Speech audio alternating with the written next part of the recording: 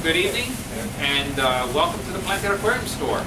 And we thank you all for coming in tonight, and hopefully you'll learn something, and you'll enjoy what you're going to learn, and you'll apply it at home, and you'll ask a lot of questions, not too many, and you know, we'll help you out and get yourself a nice little planted tank. What we're going to do is a low-light planted tank.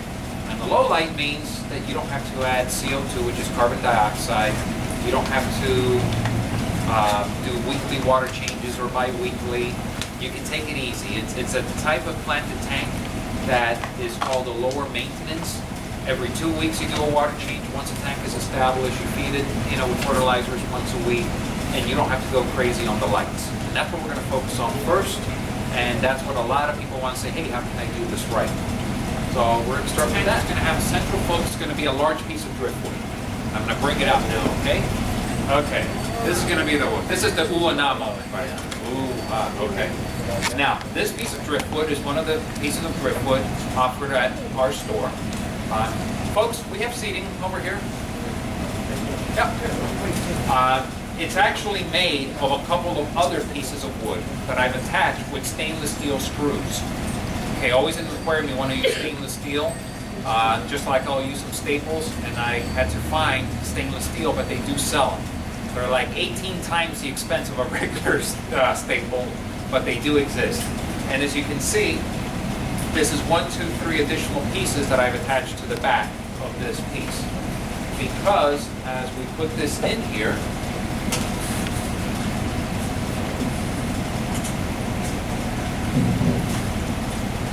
it's going to go like this.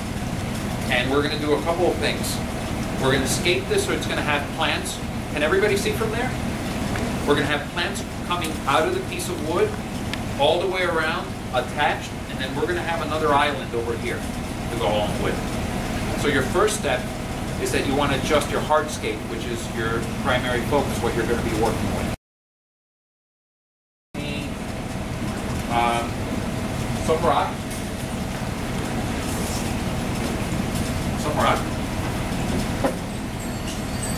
We're going to adjust it until you get the right height.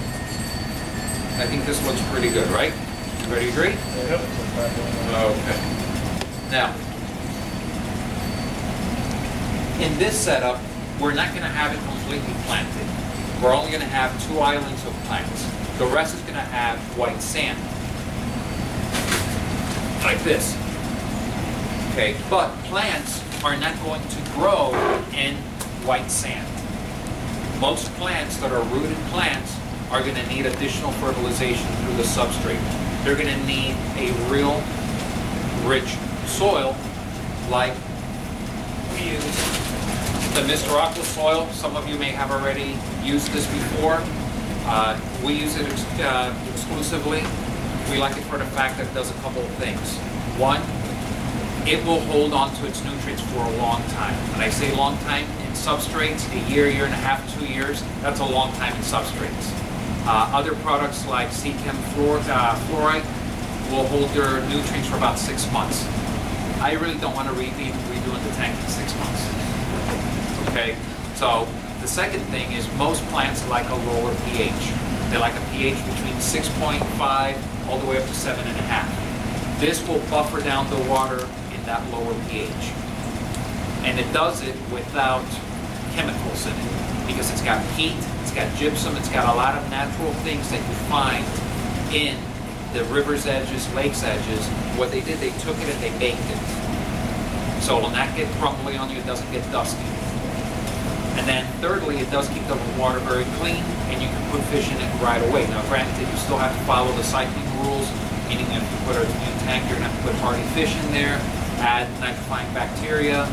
But unlike, say, the Amano soil that releases a lot of ammonia into the water, this is fish friendly from the get-go. So we're going to use small pockets of this where I'm going to be planting the actual plants. And then the rest, we're going to use the sand to create a nice contrast between white and the dark green plants. Okay, a low light tank. You're going to hear us talk about as you come here to our store throughout the months about PAR. And PAR means photosynthesis active radiation. In the planted coral world, the lights are not measured in lumens or lux like they are for photography. They're measured in par because plants and corals need to photosynthesize to live. And so they made special meters that actually read what par is. And I have it hooked up on a yardstick.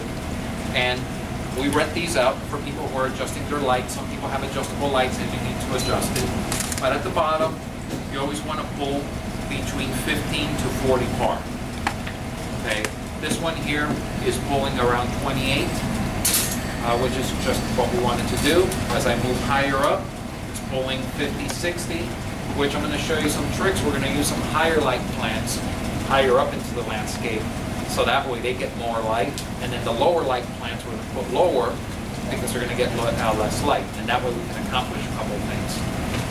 Folks, we have seating over here, and we also have a check-in sheet. Lastly, you need always good water current. All plants need a good water current. Stagnant water or a poor water flow will cause issues because the plants can't get the nutrients that they need.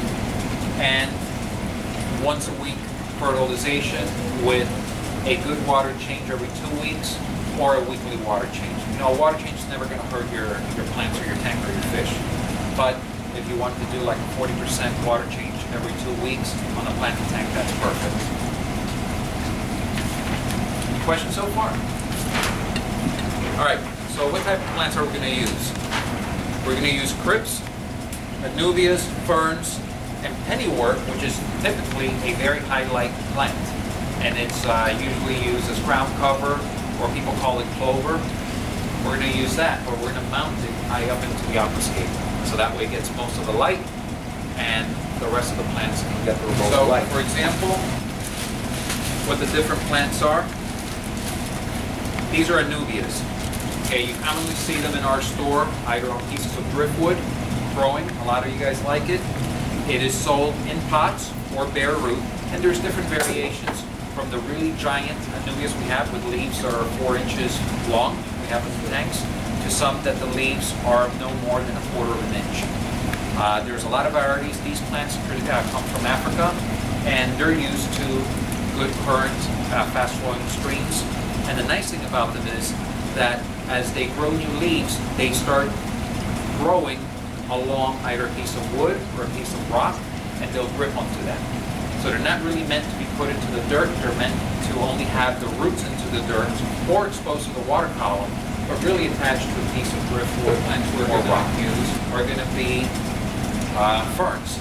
And this is Bovites, which we sell in the little cups. A lot of folks may have seen these little cups over here, and the little plants are in here.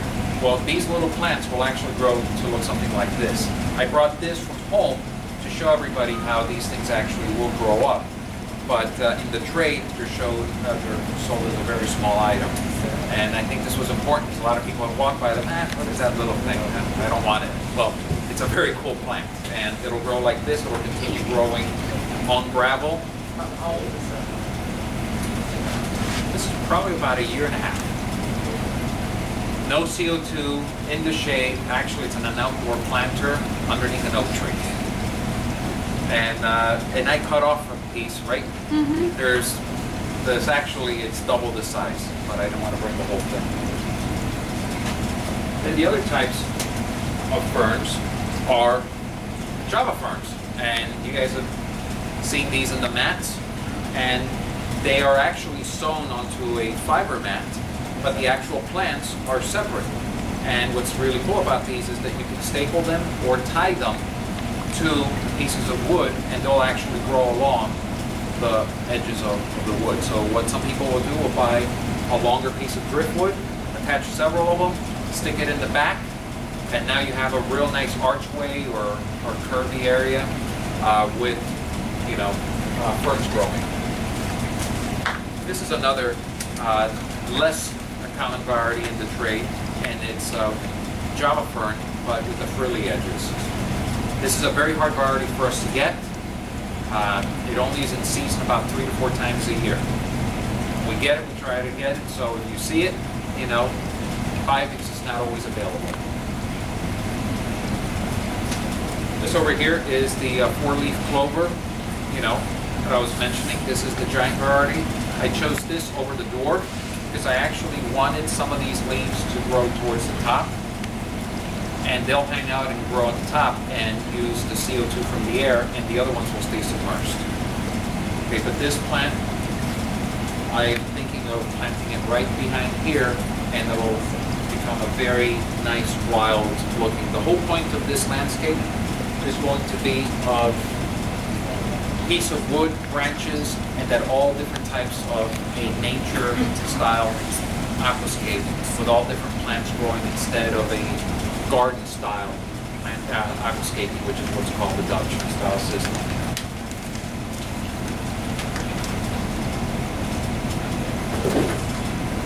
Lastly, we have crypts. And crypts is short for cryptoporine. These mostly come from India and Sri Lanka and the Asian. And these plants grow on the river's edges. They come in a lot of different varieties. These are red crypts, red windettes, undulatas. They have long flowing crypts. These are not valves. They look like valves, but they're not.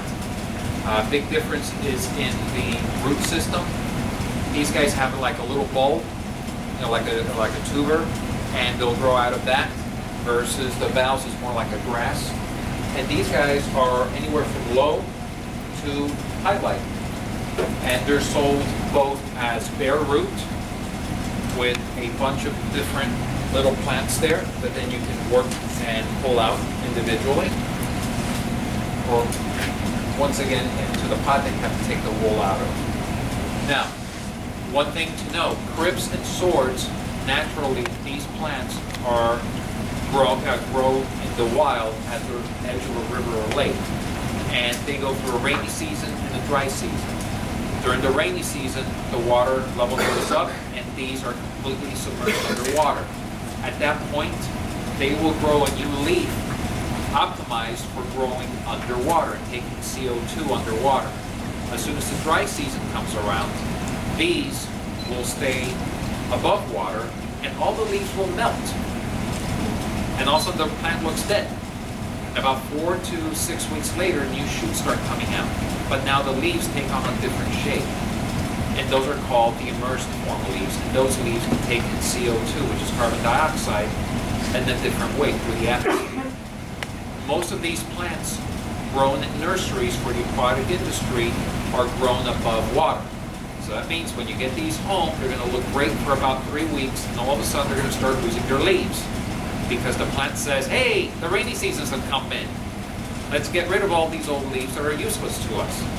Then you guys say, man, those guys at the aquarium store, they sold me bad plants. Well, no, that's what the crypt is doing. It's melting the leaves, and new leaves will immerse. Now you got to make sure you keep them in proper conditions. A good planted soil is a must. They only feed through the bottom. Very little feeding do they take in through the water column, so you need to have a nutrient-rich substrate. If you stick these in inert sand, you're not going to get a whole lot unless that sand has been sitting in your tank for about 15 years with a lot of fish. So, but that's what these guys do. But they're very colorful. I brought a couple different styles, different colors, some reds, some greens, to add color and dimension. Any questions so far on the plants? I have questions. When they melt, do they affect water in any way? Nope. It's just that you're going to have some leaf matter and debris. When you're doing your gravel vacuuming, you're going to pick it up. But no, they just disintegrate. Or sometimes the leaf will break off and float to the top to your intake.